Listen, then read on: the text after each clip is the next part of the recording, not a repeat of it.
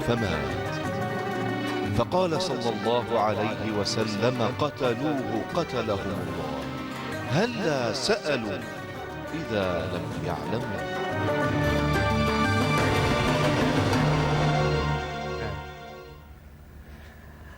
إن الحمد لله نحمده ونستعينه ونستغفره ونعوذ بالله تعالى من شرور أنفسنا وسيئات أعمالنا. من يهده الله تعالى فلا مضل له ومن يضلل فلا هادي له، ونشهد أن لا إله إلا الله وحده لا شريك له، ونشهد أن نبينا عبد الله ورسوله صلى الله عليه وعلى آله وصحبه وسلم تسليما كثيرا إلى يوم الدين. اللهم صل وسلم وبارك وزد على نبينا محمد وعلى آله وأصحابه وأهل بيته الطيبين الطاهرين، وعن أزواجه أمهات المؤمنين ومن سار على نهجهم واقتفى أثرهم بإحسان إلى يوم الدين. مشاهدينا الكرام، نحييكم بالتحية المباركة العطرة، تحية الإسلام، فالسلام عليكم ورحمة الله وبركاته، وأهلا ومرحبا بكم إلى هذا اللقاء الذي يجمعنا بكم كل يوم عدا السبت للإجابة عن استفساراتكم وعن أسئلتكم الشرعية، ويصحبكم ويرافقكم في هذا المشوار للإجابة عليها فضيلة الدكتور سعيد بويزري. مرحبا بك فضيلة الدكتور، أهلا وسهلا بك.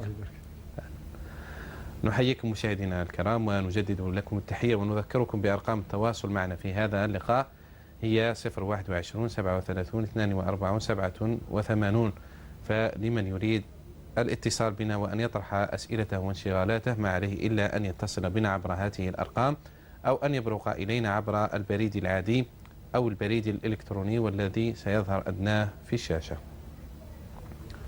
سورة من سور القرآن الكريم فيها وصف معالم الله لملكه وعظمته وصنعته وسعة ملكوته، دار رحاها عن ملك الله من جوانبه المتعددة، وبدأت بتعريف المؤمنين بعظمة الله تبارك وتعالى. هي سورة تبارك، سورة الملك. دكتور سعيد، عندما نقف عند 4 آيات من هذه السورة الكريمة، عندما ابتدأت به: تبارك الذي بيده الملك وهو على كل شيء قدير، الذي خلق الموت والحياة ليبلوكم أيكم أحسن عملا. عندما نقف عند هذه ال4 آيات الأول نراها تسوق الأدلة والبراهين العقلية والعلمية والمنطقية بما نراه من حولنا أنه لا إله إلا الله وحده. هل من إضافة وبيان عن هذه ال4 آيات الأول من هذه السورة الكريمة؟ بسم الله والحمد لله والصلاة والسلام على رسول الله صلى الله عليه وسلم. وردت أحاديث عن النبي صلى الله عليه وسلم تبين فضل هذه الآيات الأولى، سورة الملك بشكل مجمل بشكل عام، وهذه الآيات الأولى على وجه الخصوص. ومما ظهر في تلك الأحاديث أنها تنجي من عذاب الله عز وجل. ولكن هذه الآيات كما تفضلت في الحديث، حقيقة سورة الملك تحتوي على آيات عظيمة جدا. هذه الآيات تستفز عقول الناس للبحث والتأمل في كتاب الله المقروء وفي كتاب الله المنشور أو المفتوح المشاهد. نعم، هذه الآيات تجعل الإنسان ينظر، يتدبر، يفكر في ملكوت الله عز وجل، ومن خلال إطالة النظر والتفكر في تلك الآيات المبثوثة في الكون، في السماء والأرض، وكيف أن الله عز وجل زين السماء الدنيا بمصابيح كما وردت أيضا آيات في هذا الباب، وإشارة إلى الماء وهو عنصر أساس من عناصر الحياة ومقوم أساس من مقومات الكائنات الحية، وجعلنا من الماء كل شيء حي، هذه طبعا في سورة أخرى. إذن هذه الآيات التي وردت في سورة الملك تجعل الإنسان يفهم في النهاية، إذا عمق النظر وتدبر وفكر، أن الله هو المالك الوحيد، أن الله هو المدبر، أن الله هو المالك للأشياء ابتداء وانتهاء. أما الإنسان عليه أن يسخر، أن يسير ما يملكه بين يديه في إطار شريعة الله عز وجل. لاحظ معي حينما يقول الله عز وجل: الذي خلق الموت والحياة، بدأ بالحديث عن الموت قبل الحياة. الذي خلق الموت والحياة ليبلوكم أيكم أحسن عملا. فالموت حق، كتب الله عز وجل هذا الحق على جميع الكائنات، ولكن خلق الحياة وهي دار البلاء، دار الابتلاء، والحياة دار ممر، والآخرة دار مقر. المسلم الذي يستوعب هذه الآيات سوف يجعل حياته مزرعة للآخرة، يزرع في الدنيا من الخيرات من الباقيات الصالحات ما يستثمره في الآخرة، وما يجده زادا له في الآخرة. الذي خلق الموت والحياة ليبلوكم أيكم أحسن عملا. إذن هذا مغزى الوجود، هو الابتلاء بأحاسن الأعمال. بأحاسن الأعمال، نعم. وكذلك تحقيق سر الوجود، لأن القرآن يفسر بعضه بعضا. حينما نجد مثلا في سورة الذاريات نجد تقريبا المنهج نفسه موجود في هذه الآيات في سورة الذاريات. البشرية هل حققت أحسن الأعمال؟ نعم. البشرية جمعاء منذ أن خلق الله آدم إلى يوم الناس هذا، يعني هل حققت هذا العمل الحسن في الحقيقة الذي أشارت إليه السورة الكريمة؟ نعم. البشر الجميع يحاسب فردا فردا. سئل أحد العلماء من قبل أحد الناس، قيل له: كيف يحاسب الله عز وجل خلقه يوم القيامة فردا فردا، وكأنه يستكثر على الله ذلك، يعني من آدم إلى آخر ابن آدم. فقال: إن الله يحاسبهم يوم القيامة فردا فردا كما كان في الدنيا يرزقهم فردا فردا. فالبشر يختلف الحكم من إنسان إلى إنسان، لأن المحاسبة فردية. نعم. إضافة جاء أن الكفار يخطفون إلى نار جهنم فلا يقفون للمحاسبة بين يدي الله، أليس كذلك يا دكتور؟ نعم نعم نعم. فالكافر يخطف إلى جهنم ولا يقف موقف العرض أمام الله، بخلاف المؤمن الذي يقف موقف العرض ويسأل ويحاسب. نعم. ويحاسب على أعماله، فحياته تظهر في شكل صحيفة. نعم. يقرأها ويراها ويبصرها. نعم. في سجلات. هذا السجل الذي سجل كل شيء، كل ما يعني ارتكبته جوارحه وأتته جوارحه في دار الدنيا يراه أمامه، الذي خلق الموت والحياة ليبلوكم أيكم أحسن عملا. فهناك من البشر من يعلم سر وجوده، وما خلقت الجن والإنس إلا ليعبدون، من يعلم فقه الابتلاء الذي خلق الموت والحياة ليبلوكم أيكم أحسن عملا، من يفقه أن هذه الحياة فيها امتحانات، فيها اختبارات، وكلما استعان بالله عز وجل وكلما انضبط بضوابط الدين كلما نجا من تلك الابتلاءات وخرج منها فائزا ناجحا.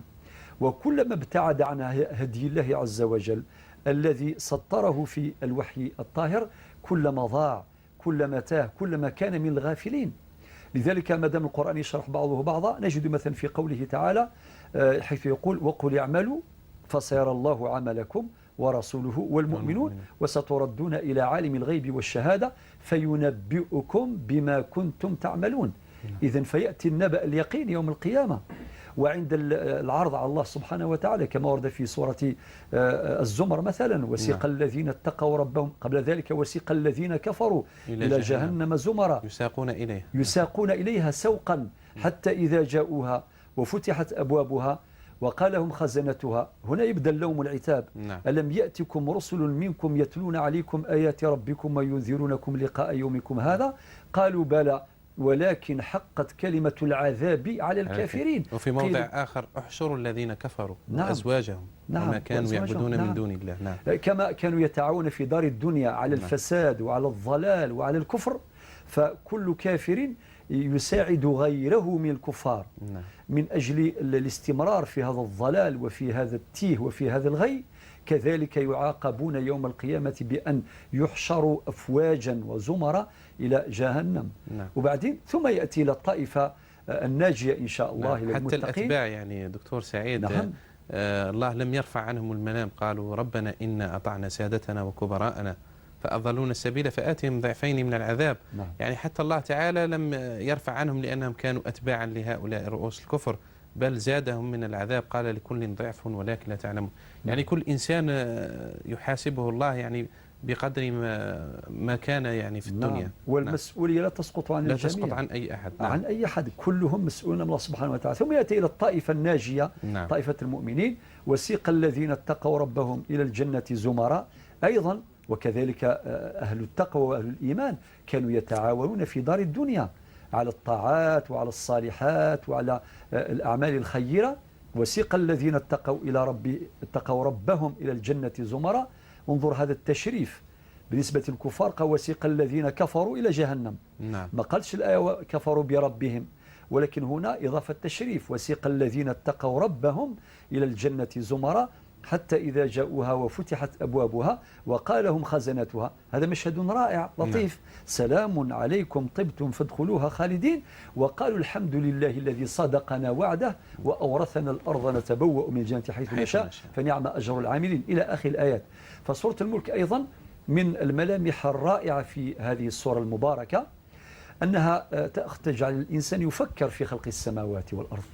هذه السماوات التي زين الله سبحانه وتعالى بتلك المصابيح بالنجوم، أيضا فيها آيات كثيرة تتحدث عن النجوم. بالمناسبة أخي محمد صالح، حينما نعد الآيات التي ذكرت السماوات 310 مرة تتكرر لفظ السماء، إما بصيغة الإفراد في 120 موضع، إما بصيغة الجمع في 190 موضع.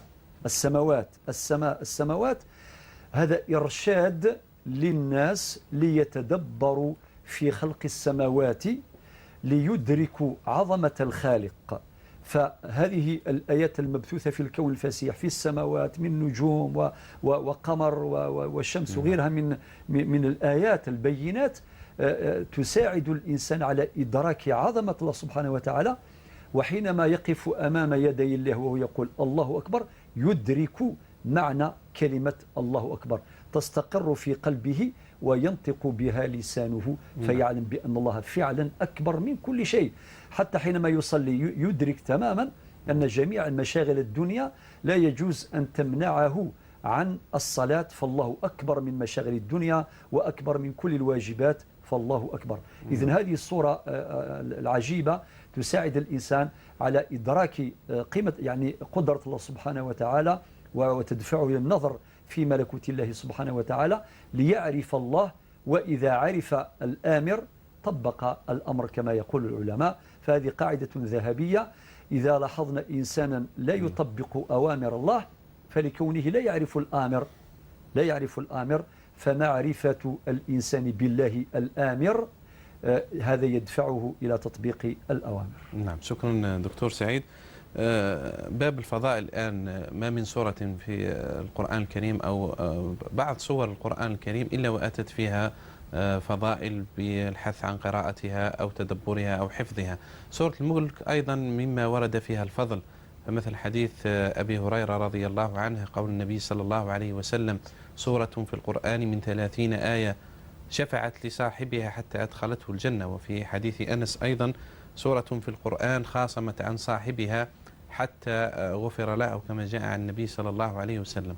أيضا أمرنا أن نقرأ هذه السورة الكريمة كلما نأوي إلى فراشنا وقبل يعني أن ننام أن نقرأ هذه السورة مع سورة السجدة. علاقة هذا الأمر كله بالقراءة بتدبرها قبل أن ننام دكتور سعيد؟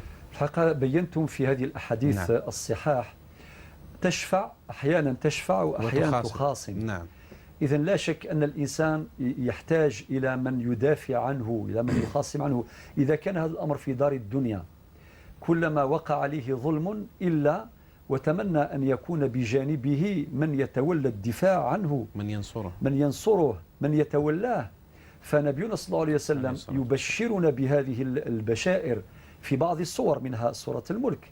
فكل إنسان مؤمن يريد أن يحظى بهذا المقام الرفيع، أن ينجو من عذاب الله عز وجل وأن تخاصم عنه وأن تشفع فيه، فليلازم أو فليلزم قراءة سورة الملك مع سورة السجدة أيضا حينما يأوي إلى فراشه ليحظى بهذا الأجر وليحظى بهذا الفضل.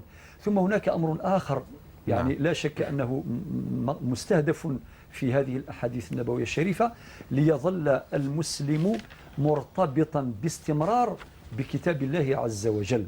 فكل ما يحببنا إلى القرآن الكريم وكل ما يقربنا إليه يعني يحثنا عليه نبينا صلى الله عليه وسلم، لأن تلاوة القرآن وكلام الله عز وجل، من أراد أن يتحدث مع الله فليقرأ كتابه، فليقرأ كلامه.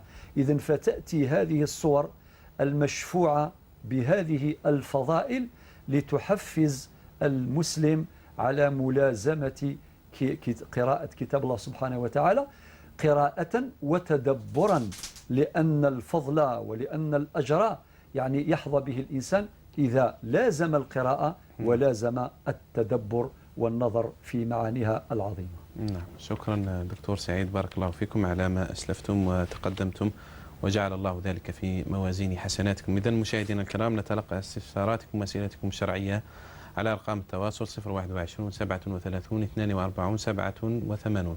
فحياكم الله وأهلا وسهلا بكم جميعا. دكتور سعيد، نبدأ مع الرسائل التي ترد إلى البرنامج. صاحب هذه الرسالة ابن سحنون من فرنسا، ولا شك أنك قرأت رسالته واطلعت على موضوع المشكلة. يعني كما يقول أن زوجته مات أبوها في سنة 1989 وترك زوجته و9 بنات و3 ذكور وكلهم متزوجون ولهم أولاد، وترك لهم بيت ومحل للتجارة. الآن يقول زوجته تكتري هذا المحل وتجني منه مالا كثيرا، وكل ما يدخل من المال تنفقه على نفسها ومن يعيش معها في بيتها. أتت عدة مرات إلى فرنسا وذهبت إلى العمرة ومن ثم إلى الحج، وأخذت أحد أبنائها الكبار. يعني فحوى رسالته كله تدور يعني عن استغلال هذه التركة لنفسها. نعم. وحرمان الآخرين منها. نعم أخي محمد، هذه في الحقيقة أصبحت ظاهرة. نعم. لدى الكثير من الناس بعد وفاة المورث نجد أحدهم يستولي على الميراث أو على معظم الميراث دون وجه حق، وهذا النموذج أمامنا. طيب، مادام الوفاة حصلت في 1989 وهذا المتوفى ترك زوجة و9 بنات و3 أبناء، أول نبين الفريضة الشرعية ثم نعلق على ما حصل من هذا الاستيلاء. الفريضة الشرعية واضحة، الزوجة ترث الثمن لوجود الفرع الوارث، القرآن ناطق في هذا الباب. إذا مات شخص وترك زوجة، فإذا كان عنده أولاد هو سواء من هذه الزوجة الوارثة أو من زواج سابق، فدائما هذه الزوجة التي في عصمته ترث الثمن. إذن الزوجة ترث ثمن الميراث. أما ما بقي من الميراث يوزع على 9 بنات و3 أبناء. 9 بنات و3 أبناء، 3 أبناء بتضعيف رأس كل واحد، معناه يوليو 6. ما بقي من الميراث يوزع على 15 هذا هو أصل المسألة بالنسبة للعصبة بالغير. على أن يرث كل ابن نصيبين أو سهمين، وترث كل بنت سهما واحدا. إذن أعيد، الزوجة ترث الثمن، وما بقي يوزع على 9 بنات و3 أبناء طبقا لقاعدة للذكر مثل حظ الأنثيين. هذه بالنسبة للفريضة الشرعية. ولكن بالنسبة لما حصل لظاهرة الاستيلاء على هذا الميراث، نقول نوجه خطابنا إلى الزوجة الآن الوارثة، نقول لها لا يجوز لك شرعا إطلاقا أن تستأثري بالمحل التجاري وبالبيت وغيرها من الممتلكات إطلاقا. ليس هناك أدنى مبرر لحرمان الورثة من حقهم في الميراث إطلاقا. المطلوب منك أن تقيم هذه الممتلكات بالاستعانة بخبير عقاري لتقييمها، وبعد تقييمها توزع حسب الأنصبة الشرعية وحسب الأسهم كما وضحنا. أما أنها تكري هذاك يعني المحل التجاري وتستولي على مبالغ الإيجار ومداخلها، يعني مداخل الإيجار بمفردها أو من يكون معها. هي عادة دائما يكون عندها طفل ولا طفلة ولا يكونوا قراب لها أكثر، فبالتالي تعطي لهم حظ أكثر. هذا لا يجوز، لأن هناك مخالفة شرعية ومخالفة أيضا قانونية. فبأي حق يحرم باقي الورثة من الميراث؟ إذن هذا وضع لا يستقيم. تصحيح هذا الوضع كالآتي: تقييم مقدرات التركة، كل مشتملات التركة، سواء كانت نقدية يعني أموال نقود، أو كانت عقارات، أو كانت منقولات أخرى من نوع آخر، أو كانت حقوق مالية أخرى. تقيم التركة كلها، بعد تصفيتها توزع هذه التركة على أصحاب. وفقا للفريضة الشرعية كما أسلفنا في الفريضة. نعم، شكرا دكتور سعيد. مع أول اتصال معنا الأخت نوال من قسنطينة. نعم. السلام عليكم. وعليكم السلام ورحمة خويا الله عندي وبركاته. سؤال للشيخ. تفضلي يا نوال. نعم. متعلق بجارتي، يعني حملته لي باش نطرحه. جارتي هذه يا شيخ دائما تتخاصم مع زوجها، وكي تتخاصم معاه في نص ذاك الخصام يهددها ويقول لها راني نطلقك. نوال، جاوبناك على هذا السؤال. خويا ثم تقطعت الكهرباء وما سمعتش الإجابة، خلاص يعني طرحت السؤال بس ما سمعتش الإجابة. نعم، ما سمعتش الإجابة عن هذا السؤال. ثم يقول لها راني نطلقك ولا تحوسي نطلقك، ثم يهددها كي تخاصم هو وياها في نص هذاك الخصام يقول لها راني نطلقك راني نطلقك تحوسي نطلقك. ثم هي خافت كي يقول لها راني نطلقك، اسكو هذا تسمى طلاق ولا لا يعني هو يقول لها راني نطلقك ماشي راني نطلقك ولا راكي مطلقه. واضح يا نوال. يقول لها راني نطلقك. هاي صح اخويا تعيش وبارك الله فيكم. نعم، اسمعي الجواب وبلغيه إلى الجارة نتاعك. شكرا. شكرا. نمر إلى رسالة أخرى دكتور سعيد. الأخ علي من العاصمة يسألنا يقول: مات أخوه منذ شهر ولم يزكي أمواله بعد حولان الحول عليها، فهل تزكى أمواله قبل قسمتها على الورثة أم بعد القسمة عليهم بعد نعم. قسمتها عليهم على الورثة. نعم. نعم. الجواب كالآتي: فيه مسألة في غاية الأهمية. نعم. كي مات إنسان لازم قبل توزيع الميراث على الورثة لازم نصفيو هذيك التركة. ما معنى تصفية التركة؟ بمعنى نخصم جميع الحقوق المتعلقة بها، خلى أراضي، خلى محلات، خلى سكنات، خلى دراهم، هذه كلها تسمى مشتملات التركة. كيفاش نصفيوها؟ نصفيوها أولا بتسديد الديون. إذا كان هذا الإنسان راه مدين نخرجوا هذيك الديون من التركة قبل ما نقسموها على الورثة. والديون هذه هناك صنفان: كاين ديون الله وديون العباد. ومحل سؤالنا اليوم راه متعلق بديون الله اللي هي الزكوات، إخراج الزكوات. فبالتالي الجواب كالآتي: نقول الأخ علي من العاصمة ما تقسموش التركة حتى تخرجوا الزكاة نتاع المورث الذي مات، لازم تصفيوها. إذا كان مثلا لقيتوا عنده مثلا 100 مليون في الرصيد نتاعو لازم تخرجوا الزكاة مادام حال الحول. هو ربما لأسباب المرض أو الغفلة هذه تحصل يعني كثيرا. يعني حسب السؤال لم يخرج زكاة عام واحد يعني. عام واحد. نعم. الله يبارك. يعني نعطيه مثال تقريبي فقط. الأخ محمد مثلا إذا كان خلى 100 مليون دراهم ودار عليهم الحول، نتقيد بنص السؤال، قبل ما نقسموا المبلغ هذا على الورثة لازم نصفيوا هذا المبلغ. يعني لازم نخرجوا مقدار الزكاة 2.5%. يعني 100 مليون مضروبة في 2.5 على 100 تخرج 2.5 مليون. ومباشرة تقسيم يعني 25,000 دينار. قسموا على رقم 40. بارك الله فيك. بلا مع رقم طريقة أخرى أيضا لإخراج هذا المبلغ مقدار الزكاة. الممكن نخرجوا 2.5%، يعني 2.5 مليون.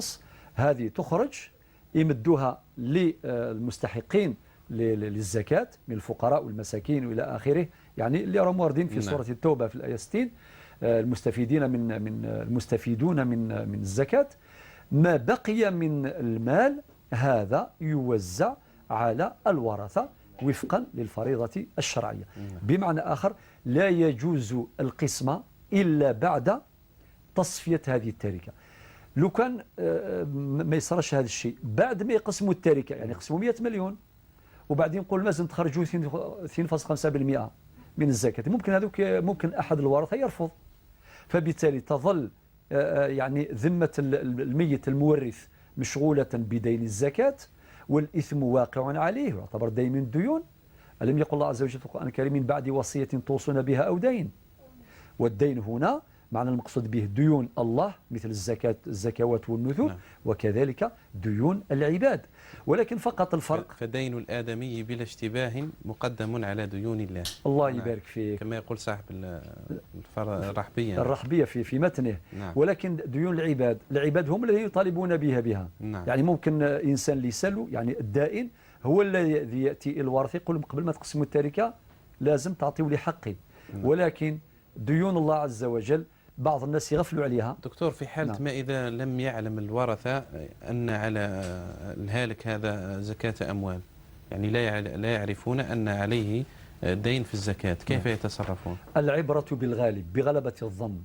فإذا غلب هم عارفين مورثهم إذا كان باباهم ولا نعم. أي واحد، إذا كان غلب على ظنهم أن الوالد منضبط في إخراج مبالغ الزكاة ما يزكيوش، ما يخرجوا ولا شيء. نعم. لأنه الأصل أنه برأ ذمته، كان حريصا في حياته، يستصحبون حياته فيما سبق.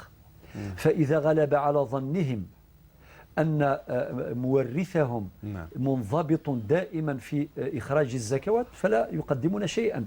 أما إذا غلب على ظنهم أن مورثهم يعني متهاون مفرط في إخراج الزكوات فالأولى نعم. أن يسارعون إلى إخراج الزكاة تبرئة لذمتهم. هناك احتمالين. فالاحتمال الأول أنه ممكن يكون هو زكاة وهم عودوا زكاة، إن شاء الله الأولى زكاة والثانية اللي داروها ما تولي صدقة عليه. نعم. أما إذا كان لم يقدم زكاته ولم يخرج زكاته على الأقل هم انتبهوا إلى هذا الأمر فيبرئون ذمته بإخراجهم لمقدار الزكاة. الأخ علي يواصل في سؤاله ويقول: دكتور سعيد، كيف نوزع أمواله على ورثته وهم زوجته، بنتين، وأم، وجدة، وأخوين شقيقين، وأخت شقيقة؟ نعم. هذه المسألة إذا التي ترك يطرحها الأخ علي. نعم. نعم. زوجة وبنتين نعم. وأم وجدة وأخوين شقيقين وأخت وأخت شقيقة. شقيقة. نعم. طيب إذا الأخ علي بعد قسمة أو بعد إخراج الزكاة فصارت التركة الآن صافية. نعم. تماما. دكتور، لو تأذن نتلقى مكالمة مراد من العاصمة لا نطيل عليه ثم نكمل الإجابة لأخونا علي. تفضل يا مراد. نعم. الو، مساء الخير. مساء النور، أهلا وسهلا. خويا باقي عندي سؤال باقي نسأل الشيخ. مرحبا يا مراد. عندي هل يجوز للزوج الكلام مع الزوجة في الهاتف في أمور تاع كما نقولوا الكلام في الجنس؟ نعم. وسؤال واحد آخر، معنى الآية نساءكم حرث لكم فأتوا حرثكم أن شئتم. نعم. نعم يا مراد. هذا معك. شكرا لك، بارك الله فيك. بارك الله فيكم. وإياكم، شكرا جزيلا. إذن نواصل دكتور مع مسألة الأخ علي. نعم. الأخ علي بعد تصفية الميراث نعم. وبعد إخراج مبلغ الزكاة قبل قسمة المال على الورثة، الآن نتعامل مع التركة مباشرة. طبعا تقيم، وهذا العمل يتم إما عن طريق الخبير العقاري بالنسبة للعقارات، وكذلك الخبير المالي بالنسبة للأموال الأخرى. المهم التركة الآن واضحة أمامنا، نقسمها بالشكل الآتي: الزوجة ترث الثمن لوجود الفرع الوارث، لوجود البنتين، والبنتان عندهم ثلثي التركة 2/3. نعم. والأم ترث السدس لوجود الفرع الوارث، لوجود الفرع الوارث ولوجود الإخوة، جمع من الإخوة. الإخوة الأشقاء، يعني الأخوين الشقيقة والأخت الشقيقة. والجدة هنا تكون محجوبة حجب حرمان أو حجب إسقاط. نعم. الجدة بالمناسبة سواء كانت جدة من جهة الأب أو من جهة الأم، جدة أموية أو أبوية. لأن الأم تحجب جميع الجدات. كي تكون الأم في مسألة ميراثية كي تكون الجدة ما تورثش. بمعنى آخر، وقتاش تورث الجدة؟ نعم. تورث الجدة إذا كان ما كانش الأم، عند فقدان الأم، عند عدم نعم. وجود الأم. وطبعا هناك حالات أخرى إذا كان جدة الأبوية تحجب بالأب، طبقا القاعدة الفقهية تقول كل من أدى إلى شخص بوارث بواسطة حجبته تلك الواسطة. نعم مباشرة. ولكن هنا بالنسبة للأم تحجب جميع الجدات، يعني جداه من باباه ولا من يماه كي تكون الأم الجدة عليها بالصبر الجميل فلا ترث شيئا. نعم. بركة الأم تحجب جميع الجدات. إذن الجدة محجوبة. وبعدين ما بقي من الميراث أخوين شقيقين نعم يوزع نعم. على الأخوين الشقيقين والأخت الشقيقة طبقا دائما للقاعدة الشرعية للذكر مثل حظ الأنثيين. أعيد: الزوجة ترث الثمن، والبنتان عندهم ثلثي الميراث 2/3، والأم ترث السدس، والجدة محجوبة يعني لا ترث شيئا، والأخوان الشقيقة والأخت الشقيقة اللي يبقى بعد إعطاء أصحاب الفروض يعني فروضهم، نعطيهم كم فروضهم، ما بقي من الميراث يورث عن طريق التعصيب، وهنا العصبة بالغير. الشيء اللي يبقى يتوزع على الأخوين الشقيقين وعلى الأخت الشقيقة طبقا لقوله تعالى: للذكر مثل حظ الأنثيين. نعم، شكر الله لك دكتور سعيد. ومع مكالمة نوال من قسنطينة. نوال تسأل يعني نيابة عن جارتها، تقول دائما هي في خصام مع زوجها ويهددها بالطلاق، يعني مرة يعني يعلق طلاقها، يقول لها إن فعلت كذا فأنت مطلقة، ومرة يقول لها سأطلقك. نعم. سبق وأن أجبنا، ولكن نوال لم تسمع الإجابة، لا بأس أن نعيد لها الإجابة. نعم. قبل أن نجيب لابد من تنبيه أن موضوع الطلاق باستمرار ننبه إلى هذا الأمر الخطير. لا يجوز أن يلجأ الزوج إلى الطلاق لأسباب تافهة أو يعلقه على بعض الأسباب الواهية، يقولها إذا كان رحت الجارة فأنت طالق، إذا جات يماك فأنت طالق، إذا كان درتي كذا فأنت طالق. مثل هذه الأمور، تعليق الطلاق على هذه الأسباب أمر مرفوض في الحقيقة، من ناحية الشرعية مرفوض، ومن ناحية الذوقية الأخلاقية. فعقد الزواج الذي سمى الله عز وجل بالميثاق الغليظ لا يجوز إطلاقا أن يكون يعني هكذا مرتعا لهذا النوع من التهاون والإهمال والتهديد بشكل دائم ومستمر. ثم أنه أيضا يكثر من هذا التهديد بالطلاق، يقولها نطلقك. الآن الجواب كالآتي: فإذا كان علق الطلاق على شرط وقد وقع الشرط فقد وقع الطلاق، يقولها مثلا: إذا كان خرجت إلى الجارة فأنت طالق، وهي خرجت إلى الجارة فالطلاق واقع. هذا يسمى الطلاق المعلق على شرط. فيتحقق الطلاق ويرتب آثاره الشرعية بتحقق الشرط. أما أنه إذا كان يهدد فقط ينطلقك سأطلقك، فهذا لا يقع به الطلاق إلا إذا تلفظ به في النهاية، إذا تلفظ بالطلاق صراحة أو كناية كما يقول السادة الفقهاء في تفاصيل في الموضوع. المهم إذا طلقها فقد وقع الطلاق. أما إذا كان تلفظ يعني اللفظ الصريح، اللفظ الصريح كيقولها أنت طالق. دكتور سعيد، ألا ترى أن مثل هؤلاء الأزواج الذين يعني يستعملون الطلاق في قواميسهم ويكثرون منه يقعون في المحظور؟ يقينا يقعون في المحظور. رسالتك إليهم دكتور؟ رسالتي إليهم في الحقيقة نقول عقد الزواج يجب أن يكون في منأى عن هذه التهديدات. سماه الله عز وجل بالميثاق الغليظ. عقد الزواج هو أساس تكوين الأسرة، والأسرة هي نواة بناء المجتمع. وهذه الأسرة يعني خاصة بعد ما يكون عندهم أولاد، يعني عندهم أولاد الأمر يشتد، يعني فالأمر يشتد. تزوجوا ولا تطلقوا فإن الطلاق يهتز منه العرش. في حديث آخر يقول النبي صلى الله عليه وسلم: أبغض الحلال عند الله عز وجل الطلاق. فلا يلجأ الرجل أو الزوج إلى طلاق زوجته. يقول الحديث ضعيف السند ولكن صحيح المعنى. صحيح المعنى. معناه صحيح. معناه صحيح. يعني نأخذ به لما؟ لأنه مما يساعد على. ولو لم يكن يعني دكتور لو لم يكن معناه صحيح لما يفرح الشيطان لما يجمع جنده في البحر بهذا العمل. فأكثرهم فتنة أقربهم منه مجلسا. وأكثر الناس فتنة، يعني أكثر الشياطين فتنة الذين يفرقون بين أزواجهم. صح. كل شيطان وكل واحد يعني يدفع الإنسان ويزين له المعاصي مهما كانت هذه المعاصي، ولكن لا يفرح إبليسهم إلا بمن يأتيه بهذا الخبر، يقول أنا بقيت معهم حتى طلقت بينهما، ويتشرد الأولاد.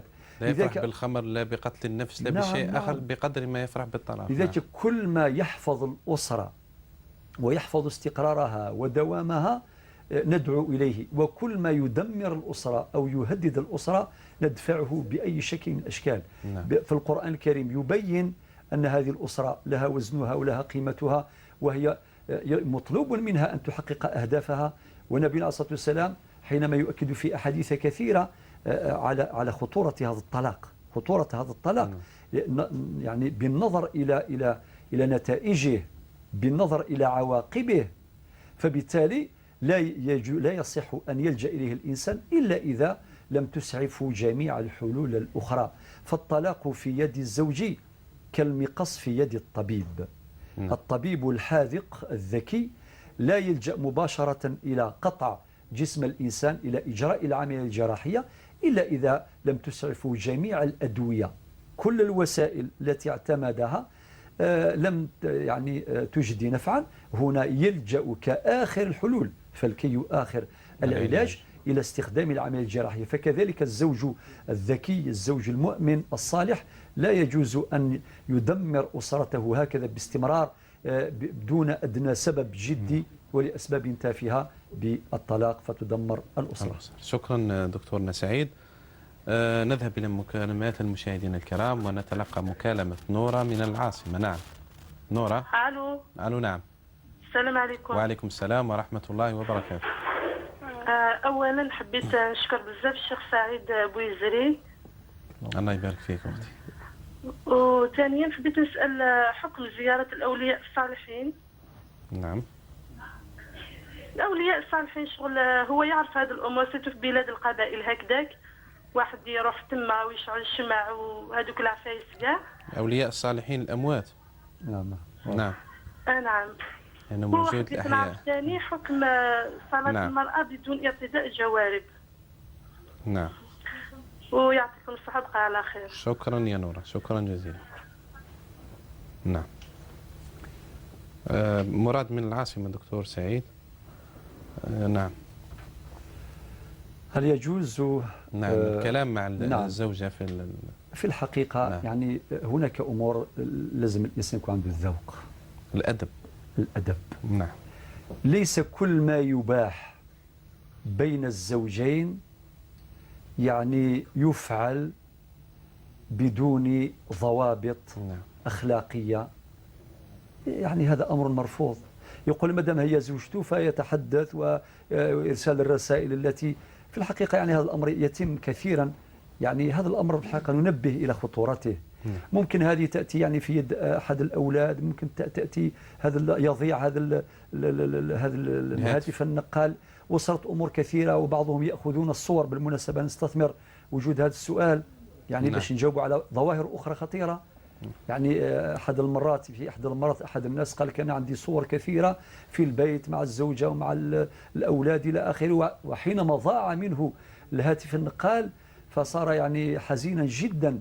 قال أسراري كلها ضائعة في متناول الناس، ممكن يلقاها في شبكة الإنترنت، ممكن يلقاها في أي مكان آخر. فتأسف كثيرا وأصابه حزن شديد. ولكن اللي وصلوا إلى هذا هي الغفلة. فبالتالي نقول للأخ العزيز الأخ مراد جزاك الله خير، ليس كل ما يجوز معناه يفعله الإنسان هكذا بدون ضابط أخلاقي. لا شك أن العلاقة بين الزوجين علاقة مشروعة، علاقة شرعية، ولكن يتحفظ. ربما يتكلم بهذا الكلام ويسمع أحد الناس وهو يتحدث ذلك الكلام.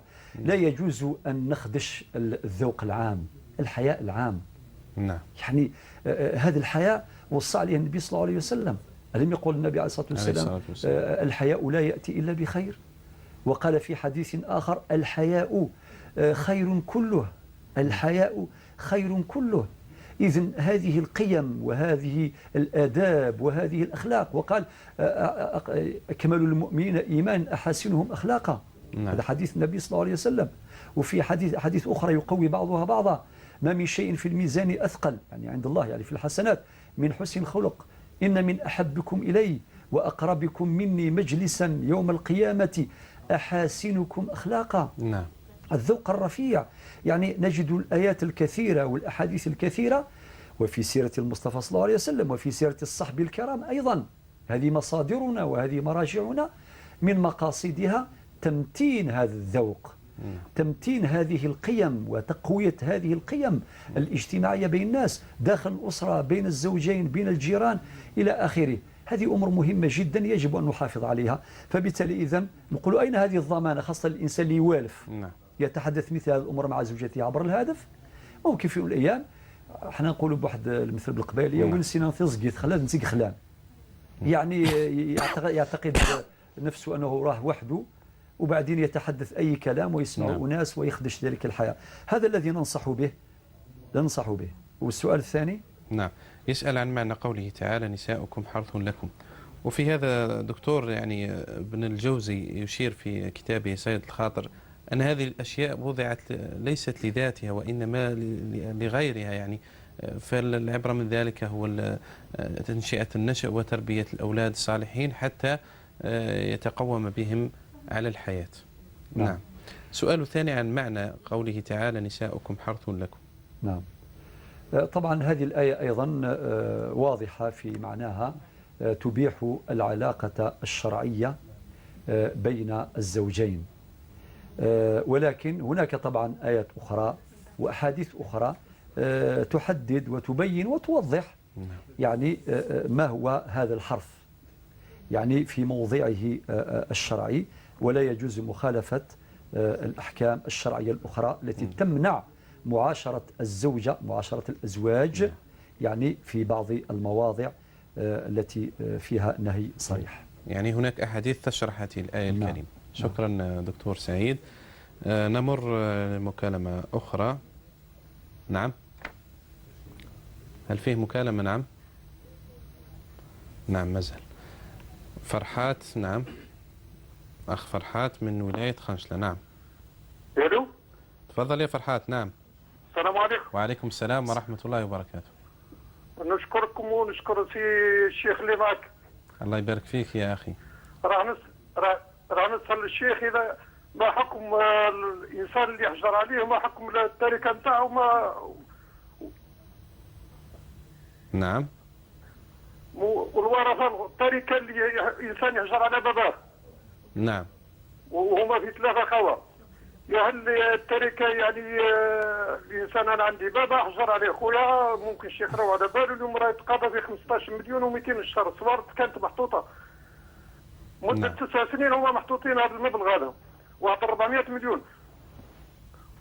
نعم. ويتقاضى اليوم في 5 ملايين 15 مليون تقريبا 700 كل شهر يهز 10 وراقي أورو. لا يزال حيا الوالد؟ الوالد يعني في الوالد في عمره 91 سنة، يعني في حالته العقلية يعني ولا عاجز 100%. قاعد عندي مدة 9 سنين، هو عندي 4 شهور، وكي لحقنا العدالة عطوه ليه. الأخ الأكبر هو اللي يتصرف في الأموال هذه؟ أنا الأخ الأكبر في عمري 62 سنة. أنت اللي راك تسحب الأموال هذه؟ لا، خويا اللي قل مني اللي يسحب فيهم. وكيف يتصرف فيهم؟ والله ما على بالي، حتى حرم علي حتى الزيارة، حرم علي راه دركم العيد الكبير ولا أنا شفتو. واضح دكتور. يجاوبك الشيخ سعيد إن شاء الله. شكرا ويكثر خيركم، وشكرا ياسر الشيخ اللي معك. يبلغ لك التحاية أيضا.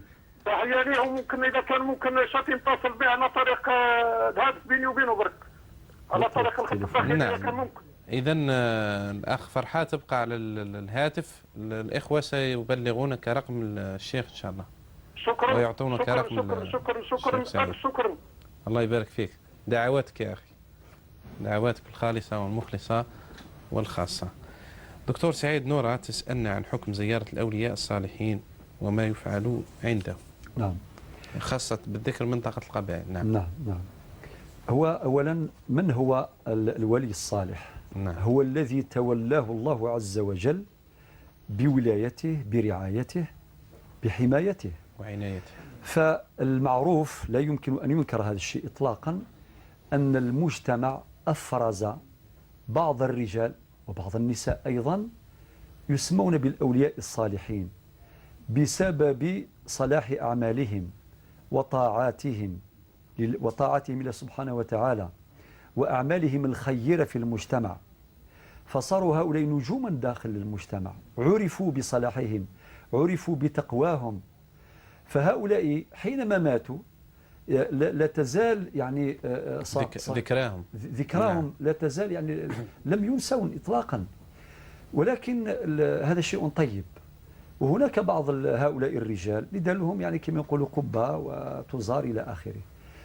إذا كان الأشخاص اللي يزوروهم يروحوا يسلموا عليهم يعني كما تزار أي مقبرة من المقابر، يدعون لهم ويدعون لهم، لأن الدعاء لا يكون لله سبحانه وتعالى، لا يجوز أن ندعو إلا الله سبحانه وتعالى. ونترحم على الأموات الذين دفنوا أيضا في ذلك المكان، وربما أن نتفكر يعني حياتهم ونتفكر خصالهم وأعمالهم النبيلة من أجل الاقتداء بهم باش نتبعوا طريقهم. هما كانوا الناس ملاح، ناس صالحين، كي نتفكروهم نترحموا عليهم، وهذا كما ترحم على غيرهم من المؤمنين. ربي يقول في القرآن الكريم ربنا اغفر لنا ولإخواننا الذين سبقونا بالإيمان. وهؤلاء عباد الله الصالحين نترحموا عليهم ونتفكروا مآثرهم ونتفكروا خيرهم للاقتداء بهم. إذا توقف الأمر عند هذا الحد فهذا أمر مشروع. ولكن إذا تجاوزنا هذا الحد، نعم، ومن هذه التجاوزات التي يمكن أن تحصل أن أحدا من الناس يأتي إلى ذلك المقام، لذلك القبر، ويطلب من ذلك الميت بين قوسين من ذلك الولي الصالح على أن يكون وسيطا بينه وبين الله، فهذا أمر لا يجوز. يقول أعطي لي جيب لي إلى آخره. اسمح لي مثلا تكون واحدة ما عندهاش أولاد تذهب لزيارة هذا المقام وتلتمس الأولاد في ذلك المكان، تقول يا فلان قل ربي سبحانه باش ربي يرزقني، فهذا أمر غير مشروع. دكتور لو تأذن يعني نفرق بين حالتين. نعم. يعني هناك شخص يذهب لهذا المقام الولي الصالح يدعو ذلك الولي، نعم. وهذا هو المحظور الأكبر. وهناك من يذهب ويسأل الله هناك يعني كأنه يتبرك بذلك المكان. يعني هذه أيضا وإن كانت مخالفة أيضا شرعية، فالتفريق بين هاتين الحالتين. نعم. ولكن هذه درجتها أقل. الثانية نعم. أما الأولى باش يخلي ذلك الولي الصالح، ولكنها تجر إلى الأولى. تجر الأولى. نعم. لأنه هذه ذريعة. حينما تمنع الثانية تمنع الأولى لوضوح مخالفتها للشريعة. نعم. وتمنع الثانية سدا للذريعة أو للذرائع. نعم. وهذا أصل من أصول الفقه بالمناسبة في الفقه حتى لا يسقط الناس يعني أحكامهم على كل من ارتاد إلى ذلك نعم. المكان يعني. نعم. حتى لا يعني بأنه وقع في شرك أكبر. نعم. لما تسأله يقول لك أنا أدعو الله تعالى نعم. من هذا المكان. نعم. وكأنه يتبرك بهذا المكان. نعم. الكلام على هذا الحال. نعم بارك الله فيك. في الحقيقة يعني باب سد الذرائع يعني نعم. مهم جدا. باب سد الذرائع وهو أصل من أصول المذهب المالكي بالمناسبة. نعم. يعني يغلق هذاك الباب التي تؤدي إلى الوقوع في المحظور، إلى الوقوع في الحرام، لأن الآيات كلها تترى في الحقيقة تؤكد على أن الدعاء أو الصلة تكون بين الإنسان وربه. كنذكر قوله تعالى ادعوني أستجب لكم. لم يحدد مكانا إلا الأماكن التي ذكرت في نصوص أخرى. مثلا كي نتحدثوا عن الكعبة المشرفة أمام باب الملتزم وجبل عرفة إلى آخره. يعني هناك نصوص تبين قدسية أماكن معينة أو قدسية أوقات شريفة. نعم. هناك أوقات شريفة يعني الإنسان يترصدها. الله يبارك في الحلال ما يغني عن الحرام والمكروه. نعم. إذا كان الإنسان إن شاء الله ربي يوفقه يروح لبيت ربي سبحانه عز وجل ويدعو عقب الصلوات وهو ساجد. إذا كان عنده 5 صلوات مفروضة فقط، أقرب ما يكون العبد إلى الله وهو ساجد. نعم. يعني كي يسجد الإنسان يكون قريب لربي سبحانه، فليغتنم هذه الفرصة فيطلب من الله عز وجل ما يشاء عقب الصلوات. نعم. دكتور نكمل بعد ما تلقي مكالمة سليم من العاصمة من عنابة. عفوا سليم من عنابة، تفضل. الو السلام عليكم. وعليكم السلام ورحمة الله وبركاته. صحيتو. أهلا وسهلا. أخويا أنا حبيت نستخيك. تفضل يا سليم. نعم. أنا كان عندي مشكل مع المرأة تاعي. نعم. هي بالحمل ومن بعد هي حبت تروح دارهم، أنا ما حبيتش نخليها تروح. نعم. مع كذا كانوا ويا تزعفنا ومن بعد جاو يما وبابا الدواء ويما دوستني وقالت لي قالت لا ماشي مليح. أنا كي كانت البارحة قلت لها إذا رحتي أنا وياك خلاص. هذا هو سؤال. هلا راحت ولا ما راحت للبيت أهلها؟ راحت. وانت تقصد به الطلاق؟ قلت لا إلا رحتي أنا وياك خلاص ما قلتش التالق. وش تقصد ما بالكلام هذا؟ بيني وبينك خلاص هكذا قلت أنا. ماذا تقصد بالكلام هذا؟ نعم. يقول لي لا راح خدت راهي دارهم خلاص أنا وياهم بيني وبينها خلاص. يعني تتفارقوا هكذا تقصد؟ هكذا نقصد. متى حصل هذا؟ وقتها حصل هذا الأمر يا سليم؟ دوك 41 يوم هكذاك. نعم. راهي عندك في البيت؟ أنا في دارهم. نعم. نعم. واضح. واضح يا سليم. تسمع الجواب إن شاء الله. تسمع الجواب. يعطيكم الصحة. الله يبارك فيك، شكرا جزيلا. دكتور. إذا نكمل بالنسبة لهذه الزيارة. نعم.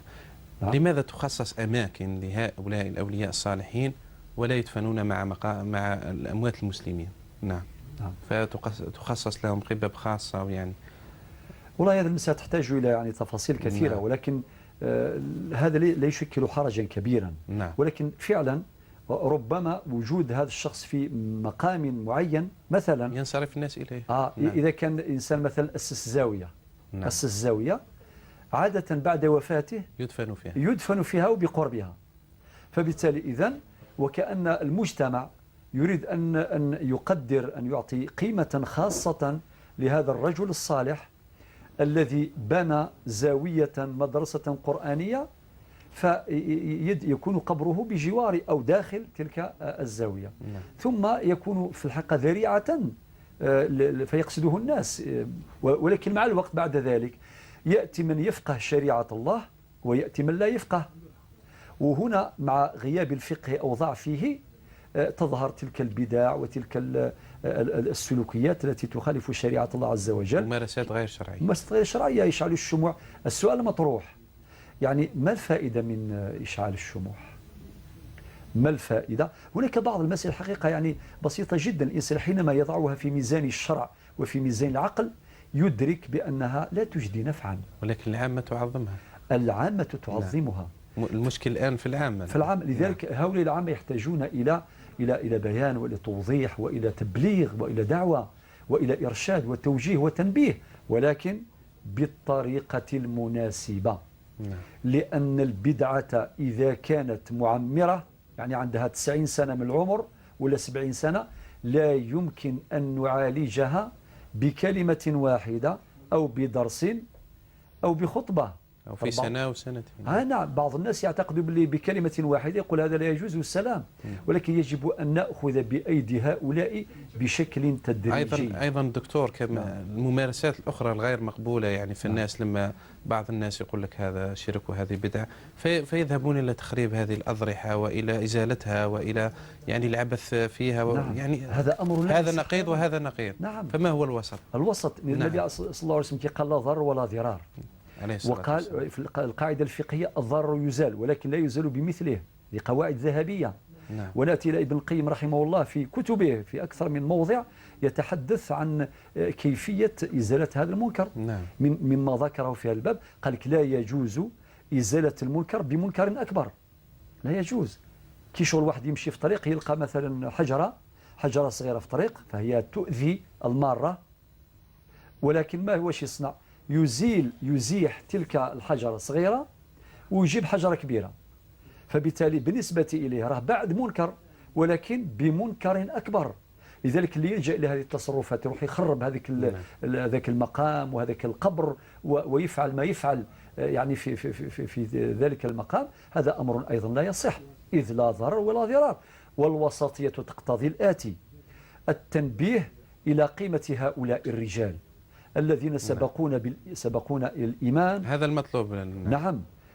ولا يجوز أن ننقص من أقدارهم. بيان مآثرهم. نعم. ضرورة بيان مآثرهم وبيان قيمتهم ودورهم في الدعوة إلى الله وفي إرشاد الناس وفي تحفيظ القرآن الكريم. هؤلاء رجال تركوا بصمتهم حقا، لازم نعطيهم قيمتهم. وربي يقول في القرآن الكريم: لا تبخسوا الناس أشياءهم. هذه رقم واحد. رقم اثنين: بالنسبة لهؤلاء لرواد هذه الأماكن بهذه التجاوزات يجب التنبيه إلى هذه المخالفات. اللي نلقاوه المرأة اللي ما لقاش تتزوج تروح لهذا المكان تدعو، نقول هذا لا يجوز. نعم. دعي ربي سبحانه بلا ما تجي لهذا المكان ولا دون أن تستعيني بواسطة أخرى، فهذا لا يجوز. واللي ما عندوش ذرية ما عندوش أولاد أصلا لسنوات راح داوى وما كان والو، بعدين يروح لهذا المقام ويقول يا فلان كون بينك وبين والله ربي سبحانه دكتور وتعالى. يعني آيات سورة فاطر يعني آيات إن الذين تدعون من دون الله عباد أمثالكم إن تدعوهم لا يسمعوا دعاءكم ولو سمعوا ما استجابوا لكم ويوم القيامة يكفرون بشرككم ولا ينبئك مثل يعني خسارة في الدنيا وفي الآخرة. نعم. بدل الإنسان يختصر الطريق، ربي قال وإذا سألك عبادي عني فإني قريب. جاءت حرف الفاء هذه تفيد الفورية مع التعقيب والترتيب. فإني قريب أجيب دعوة الداعي إذا دعان. في آية أخرى ادعوني أستجب لكم. إذن خلاصة القول ننبه إلى خطورة هذه المخالفات بالطريقة الحكيمة، وربنا خطورة مآلاتها يعني. وخطورة مآلاتها ننبه إلى خطورة مآلاتها ونتائجها في النهاية. وربنا يقول في القرآن الكريم ادعو إلى سبيل ربك بالحكمة والصجاس، بالحكمة والموعظة الحسنة وجادلهم بالتي هي أحسن. نعم. نورا من العاصمة تسألنا السؤال الثاني عن صلاة المرأة بدون جوارب. الأولى أن تصلي بالجوارب، فإذا نسيت ذلك أو لعذر ما لم تجد الجوارب بين يديها أو شيء من هذا القبيل فلا حرج عليه، فالصلاة صحيحة. أو ترخي ثوبها لستر القدم، فإذا كان ترخي ثوبها بقدر الإمكان ما تملكه من ثوب ترخيه فلسطر قدميها. والأمر يعني يكون أخف إذا كانت تصلي بمفردها دون حضور غيره يعني غيرها من الناس. نعم. فرحات من خلشنا يسأل عن والده المحجور عليه وحكم التركة الآن التي يملكها، يعني يقول يملك قرابة 400 مليون، والآن الأخ الأصغر يقوم بالحجر على هذا الوالد ويتصرف في الأموال ويمنع أخوه الأكبر من زيارة والده. نعم. أولا الآن لا نتحدث عن التركة، لأنه مادام صاحب التركة لا يزال حيا نعم. فما كانش هناك تركة. لا صحة لهذا التسمية. نعم. نقول التركة نهار اللي صاحب التركة يموت نقول ما تركه هو تركة ميراث يوزع على خلفائه، يعني يوزع على ورثته. فننبه إلى نقاط محددة في هذا الموضوع. نقول الحجر على الإنسان أمر مشروع إذا توفرت دواعيه. نعم. إذا تحققت أسبابه فالحجر عليه مشروع من ناحية الفقهية ومن الناحية القانونية، لأن المال كلية من الكليات الخمس، الأموال اللي يملكها الإنسان صحيح هو صاحبها، هو اللي كون هذه الثروة، هو اللي يجمع هذاك المال، ولكن الشريعة تحافظ على المال بجملة أحكام. من هذه الأحكام جواز الحجر على الإنسان المالك إذا توفرت فيه سبب من الأسباب، يعني لعذر من الأعذار. مثلا إذا أصبح مجنونا، الجنون من الأسباب المبيحة للحجر. إذا كان سفيها، ربي قال تؤتوا السفهاء أموالكم، إلى غير ذلك من الأسباب اللي راهي موجودة في الفقه الإسلامي بالتفصيل، كما أيضا هي مقررة في القوانين منها القانون الجزائري. إذن إجراء الحجر أمر مشروع، ولكن السؤال المطروح طبعا بعد الحجر عليه القاضي يعين أحد أفراد العائلة، وكي يكون عنده أولاد يختار أحد الأولاد ليتولى شؤون المحجور عليه. ولكن يجب أن نفهم ما هي رسالة ذلك الولي أو ذلك القيم الذي عينه القاضي. دوره ورسالته ماهوش باش يستولي على الأموال. باباه مسكين 91 سنة في عمره راه محجور عليه، ما يقدر يدير تصرفات، ما يقدر يدير عقود، ما يقدر يدير ولا شيء. فبالتالي ماهوش المقصود يستولي عليها ولا يحقر كما نقولوا ويحرم خاوته من هذه الأموال. الأصل أنه يسيرها بالشكل الآتي. يصرف الأموال على باباه بما يحتاج والسلام فقط لا غير، والباقي يحتفظ به. إذا كان ما نعرف من يموت أولا لأنه هو مسؤول على هذه الأموال، فإذا كان مات هذا الوالد بعد طول عمر إن شاء الله تعالى هذه الأموال تصبح ميراث يرثها الباقي الورثة وفقا للفريضة الشرعية. أما أنه يزيد يستخدم السلطة نتاعو يحرمه. إذا كان هذا الأخ الأصغر يسيء التصرف في هذه الأموال هل يعني ترفع عليه قضية يعني في العدالة من طرف الإخوة؟ يمكن للباقي الإخوة باش يرفعوا دعوة إلى المحكمة إذا كان شافوا أنه يسيء التصرف في تلك الأموال. يعني سقطت أمانته ولايته، فبالتالي قدروا مباشرة يرفعوا من أجل رفع هذه الولاية عنه، ولا يجوز باش يحرم باباه من الزيارة في الأعياد ولا في غيرها. في أقل من دقيقة يعني ما تبقى من الوقت سليم من عنابة. نعم. ومشكلته مع زوجته. نعم.